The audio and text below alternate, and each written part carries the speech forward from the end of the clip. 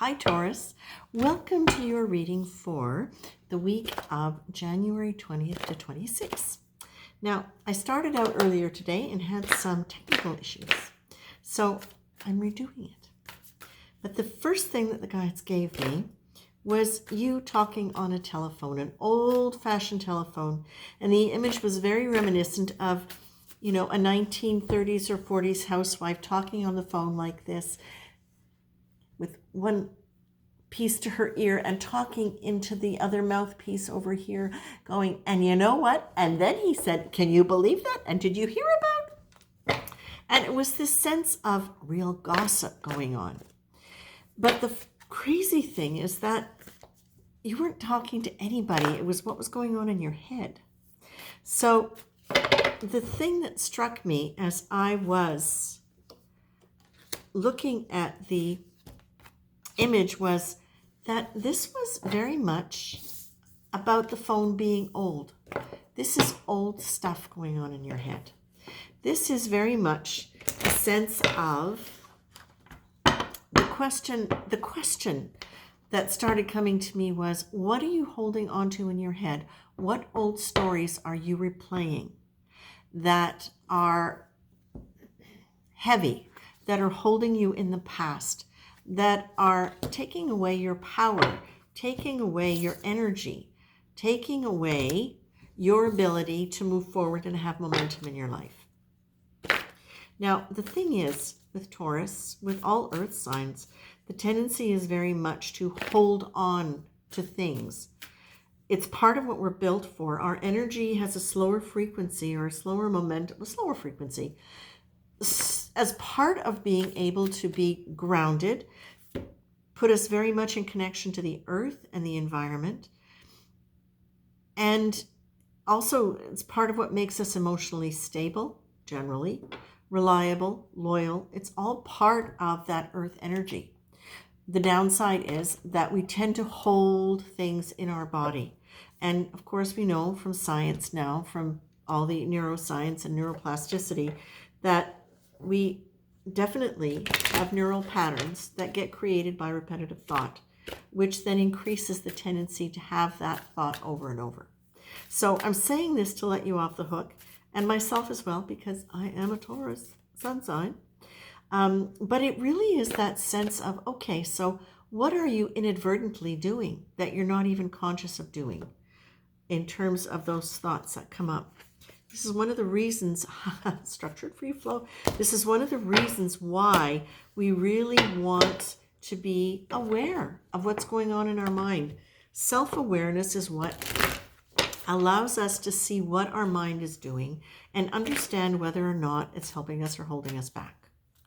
Now, the thing with Taurus, there's so many different aspects to why we might do that.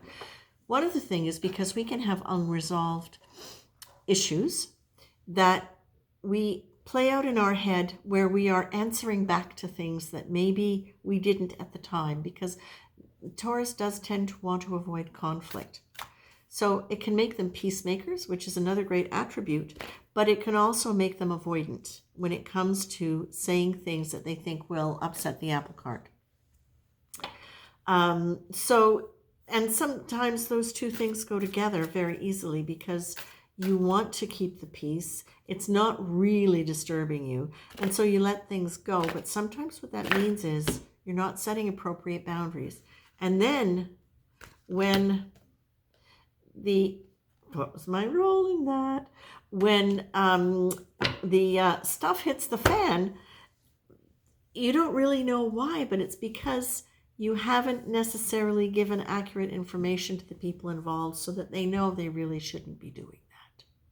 So it can hit the fan because you suddenly set a boundary, or it can hit the fan because you set a boundary and now they react to it and get critical and upset and make you the wrong one. Choice, choice, choice, my loves. That came up earlier as well. Okay, so this really is something that's very interesting to me because it's this pattern behavior of thought. It can serve you very well to be able to look at it. Remember, these are all growing points. Anything that we point out that is seems like a criticism, it's actually a point of potential growth. So what this is giving you the opportunity to do is to look at what your mind is doing, especially around anything where you have been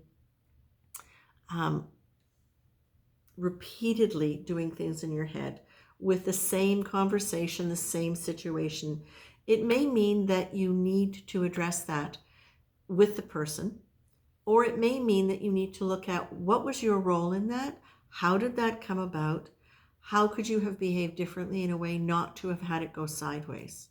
And this may be with people that you can actually converse with, but it may just be something you have to deal with on your own, and you can. So here's the thing. I'm going to give you an exercise at the end because I need to finish saying this part, but hang on for the exercise if you can, because it's short and it's good, and it serves many different things.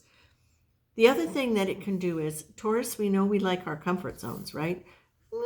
We like to work, we like all that stuff, but we also really like to keep within a certain comfort zone where we don't always want to stretch beyond that. So sometimes what will happen is we will start playing out these old scenarios that have that very heavy energy that's very much connected to the past, because it slows our momentum in moving forward. And all the energy right now that's going on, everybody is in the process of growth and change if they want to be. The energy is there moving us all towards that. But with Taurus, it's hyper that. We are definitely in serious manifesting mode, where if and when we decide to put our mind to it, this year is really going to be big.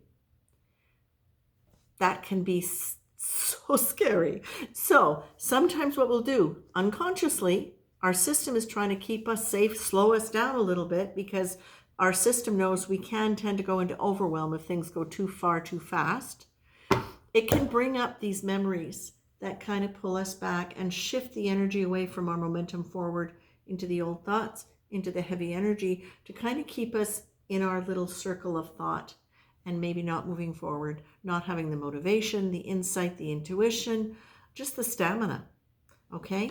So check out whether or not that could be something that's happening for you. Okay?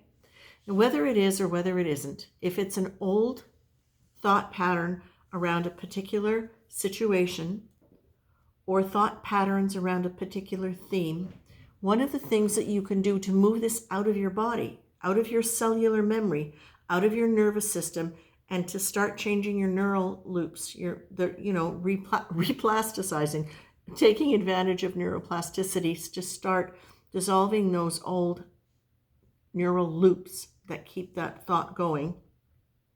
So you can imagine the situation or the theme of the situation. That emotion has a feeling quality to it. Okay? It's a frequency. It has a feeling quality to it. So you can be aware of that. And now in this hand, what you can do is you can be aware of divine presence. Grace was a card that you got. And you can notice the feeling of that sense of grace, of that sense of innocence, of that sense of lightness and growth and benevolence, and all the wonderful words that make you feel light and in connection to that wise part of yourself. And you can imagine all those feelings gathering, all those frequencies gathering as a feeling here. And you can bring them together like this, knowing that the higher frequency is going to start lifting this up. All right? Now you may notice a real shift in the attitude. You may notice a shift that it starts going away, literally changing in your hand. You might notice that nothing seems to be happening, but that you find yourself not thinking quite so much about it. This is also often what I will use if I am praying for healing for something or someone that I'm really emotionally attached to, and I'm having difficulty getting out of sadness or fear, is I will bring it here and I will bring the higher energy into it. I will combine the two and just imagine that this higher energy is infiltrating this and pulling it into the same frequency and training it into the same frequency. So you can do this with your thoughts on any level for you or for somebody else. It is a form of self-healing when you do it around your own thoughts. All right? So I'm just going to say a little bit more here, and that you've got a couple of things here. You've got choice. All right? Now, choice, the ability to choose, is in the fact is,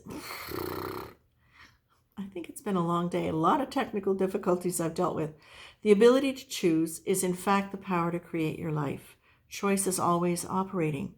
When it's an unconscious choice, like those thoughts, it's often motivated by some past experience and it's linked to reaction.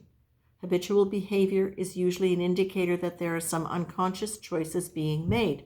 So you see, that's actually perfect for this, because those unconscious choices to have those repetitive thoughts come up.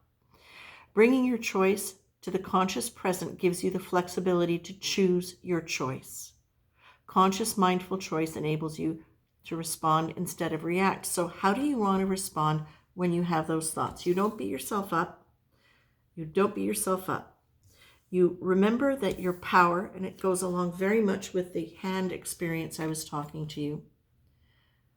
Think of power as an energy radiating from the center of your being in a 360-degree radius.